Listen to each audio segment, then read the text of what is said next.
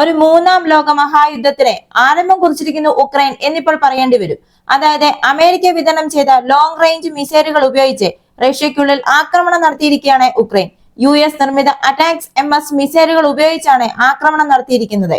America വിതരണം ചെയ്ത long range മിസൈലുകൾ ഉപയോഗിച്ച് റഷ്യക്കുള്ളിൽ ആഴത്തിൽ ആക്രമണം നടത്താൻ ഉക്രൈന് പ്രസിഡന്റ് ബൈഡൻ പച്ചക്കൊടി കാട്ടിയതായി US ഉദ്യോഗസ്ഥർ പറയുന്നു. പ്രസിഡന്റ് ജോ ബൈഡൻ ഡൊണാൾഡ് ട്രംപിന് അധികാരം കൈമാറുന്നതിന് 2 മാസം മുമ്പാണ് അനുവാദം നൽകിയത്. എന്നാൽ ഇപ്പോൾ ഉക്രൈൻ പ്രസിഡന്റ് വ്ളോഡിമിർ സെലൻസ്കി ഇതുവരെ ഈ നീക്കം സ്ഥിരീകരിച്ചിട്ടില്ല.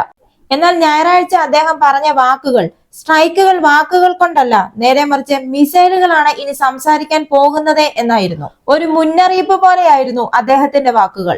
ആഗസ്റ്റ് 1 മുതൽ ഉക്രൈൻ അധിനിവേശം നടത്തിയ കുർസ്ക് മേഖലയിൽ റഷ്യയെ പിന്തുണയ്ക്കുന്നതിനായി ഉത്തര കൊറിയൻ സൈന്യം അടുത്തിടെ എത്തിയതിനു മറുപടിയായിട്ടാണ് ജോ ബൈഡൻ മിസൈൽ ഉപയോഗിക്കാൻ പാടില്ല എന്ന നയത്തിൽ മാറ്റം വരുത്തിയത് എന്നാണ് റിപ്പോർട്ടുകൾ പറയുന്നത്.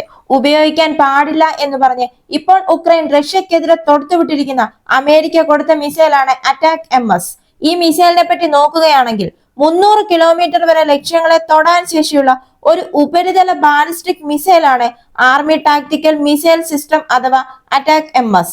ഈ മിസൈൽ എന്തുകൊണ്ട് ഉക്രൈനിൽ ഇത്ര പ്രാധാന്യം അർഹിക്കുന്നു എന്ന് നോക്കുകയാണെങ്കിൽ ആ മിസൈലിന്റെ വ്യാപ്തിയാണ്. മറ്റേതൊരു ഉക്രൈൻ മിസൈലിനേക്കാളും റഷ്യയിലേക്ക് കൂടുതൽ എത്താൻ ഈ മിസൈലിന് കഴിയും. പ്രതിരോധ നിർമ്മാതാക്കളായ ലോക്ഹീഡ് മാർട്ടിനാണ് ഈ മിസൈലിന്റെ നിർമ്മാണത്തിന് പിറകിൽ. ട്രാക്ക് ചെയ്ത M270 multiple launch rocket system അഥവാ MLRS, M142 high mobility artillery rocket system അഥവാ HIMARS എന്നിവയിൽ നിന്നാണ് ഇവ വിക്ഷേപിക്കാൻ സാധിക്കുന്നത്. ഈ അറ്റാക്ക് MS ഒരു ഖര റോക്കറ്റ് പ്രൊപ്പലന്റ് ഉപയോഗിച്ചാണ് ഇന്ധനം നിറയ്ക്കുന്നത്.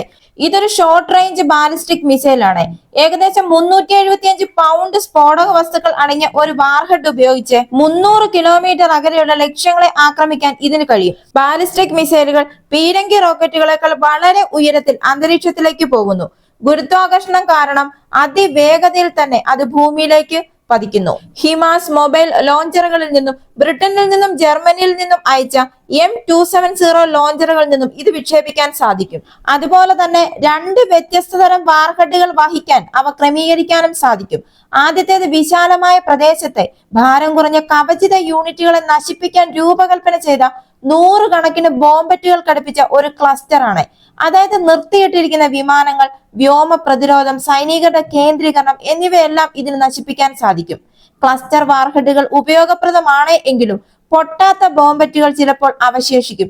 അത് യുദ്ധം അവസാനിപ്പിച്ച് വളരെ കാലത്തിന് ശേഷം അപകട സാധ്യതകൾ ഉണ്ടാക്കുന്നു. രണ്ടാമത്തെ എന്ന് പറയുന്നത് ഒരൊറ്റ വാർഹെഡ് ആണ്. അതായത് 225 കിലോഗ്രാം ഭാരമുള്ള സ്ഫോടനാത്മകമായ ഈ വകഭേദം കഠിനമായ സൗകര്യങ്ങളും വലിയ ഘടനകളും നശിപ്പിക്കാൻ വേണ്ടി രൂപകൽപ്പന ചെയ്തതാണ്. ഈ അറ്റാക്ക് MS പതിറ്റാണ്ടുകളായി നിലവിലുണ്ട്.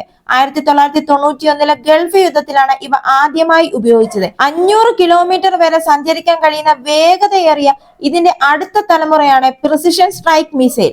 സൈനിക താവളങ്ങൾ, ഇൻഫ്രാസ്ട്രക്ചറുകൾ, വെടിമരുന്ന് സംഭരണം എന്നിവയുൾപ്പെടെ റഷ്യയുടെ പ്രധാനപ്പെട്ട സ്ഥലങ്ങളെല്ലാം ലക്ഷ്യമിട്ട് ആക്രമണത്തിനെതിരെ പ്രതിരോധിക്കാൻ ഉക്രൈനി അറ്റാക്സ് MS ഉപയോഗിക്കാൻ സാധിക്കും. ഉക്രൈനും റഷ്യയും തമ്മിലുള്ള യുദ്ധത്തിന്റെ ആരംഭം മുതൽ ഉക്രൈനിലെ പ്രസിഡന്റ് വ്ളോഡിമിർ സെലൻസ്കി റഷ്യൻ അധീനതയിലേക്ക് കൂടുതൽ ആഴത്തിൽ പതിക്കുന്ന ആയുധങ്ങൾക്കായി അമേരിക്കയോട് അപേക്ഷിച്ചിരുന്നു. എന്നാൽ 2022 ഫെബ്രുവരിയിൽ റഷ്യ ഉക്രൈനിൽ നടത്തിയ സമ്പൂർണ്ണ അധിനിവേശത്തിന് ശേഷം ഉക്രൈന് അറ്റാക്ക് MS ഉപയോഗിച്ച് ആയുധമാക്കണോ എന്ന തീരുമാനം ഒരു സെൻസിറ്റീവ് വിഷയമായി മാറി. അങ്ങനെ കഴിഞ്ഞ വർഷം അമേരിക്ക ഉക്രൈന് അറ്റാക്ക് MS നൽകുകയായിരുന്നു. എന്നാൽ അതിർത്തി കടന്ന് റഷ്യയിലേക്ക് ഉപയോഗിക്കുന്നതിനുള്ള അനുമതി ബൈഡൻ ഭരണകൂടം നൽകിയിരുന്നില്ല. അതായത് റഷ്യയുടെ ആഴത്തിലുള്ള ലക്ഷ്യങ്ങൾ ആക്രമിക്കാൻ ഉക്രൈൻ ഈ മിസൈൽ ഉപയോഗിച്ചാൽ പ്രസിഡന്റ് വ്ളാഡിമിർ പുടിൻ ശക്തമായി പ്രതികരിക്കുമെന്ന് അമേരിക്ക ഭയപ്പെട്ടിരുന്നു.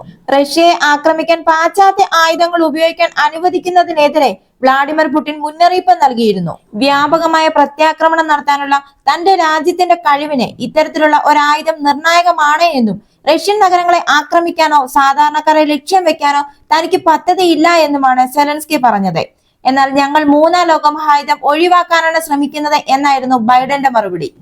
എന്നാൽ ഈ കഴിഞ്ഞ ഞായറാഴ്ച അമേരിക്ക ഇത്തരത്തിലുള്ള നിയന്ത്രണങ്ങളെല്ലാം എടുത്തു കളഞ്ഞു എന്നും ഇത് ഉപയോഗിക്കരുത് എന്ന നിബന്ധനയൊന്നും അമേരിക്ക പ്രഖ്യാപിച്ചിട്ടില്ല എന്നും ഇനി റഷ്യയോട് സംസാരിക്കാൻ പോകുന്നത് മിസൈലുകളായിരിക്കും എന്നുമാണ് സെലൻസ്കി പറഞ്ഞത്. ട്രംപ് ഭരണകൂടം ഇതിനെതിരെ എങ്ങനെ പ്രതികരിക്കുന്നു എന്ന് കണ്ടറിയണം.